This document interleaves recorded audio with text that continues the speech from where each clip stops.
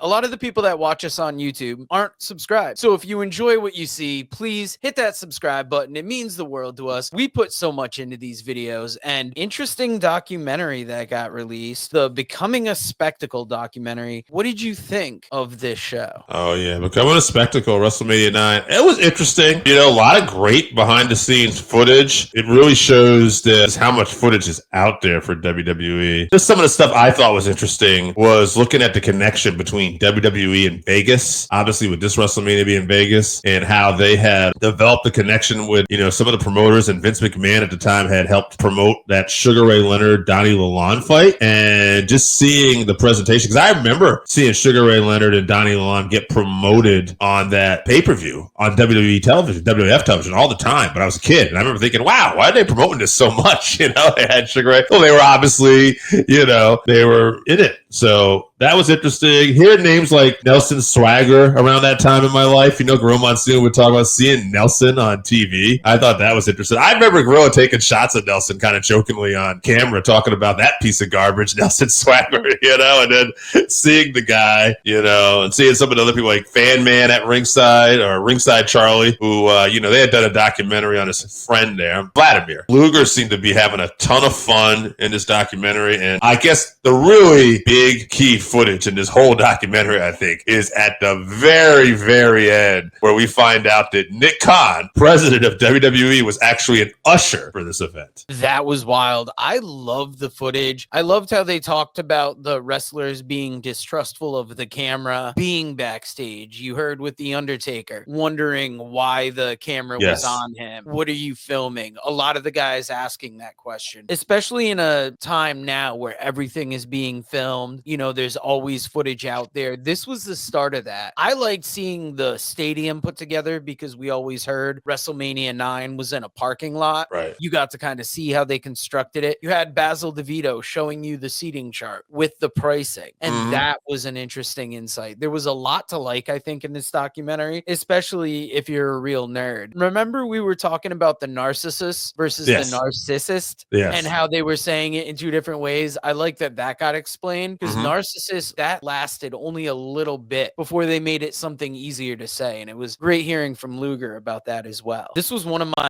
favorite WrestleManias as a kid, the first big one I remember in my time. So it was kind of great to see it and see all the behind the scenes. A lot of people that watch don't subscribe. If you enjoy what you just saw, hit that subscribe button.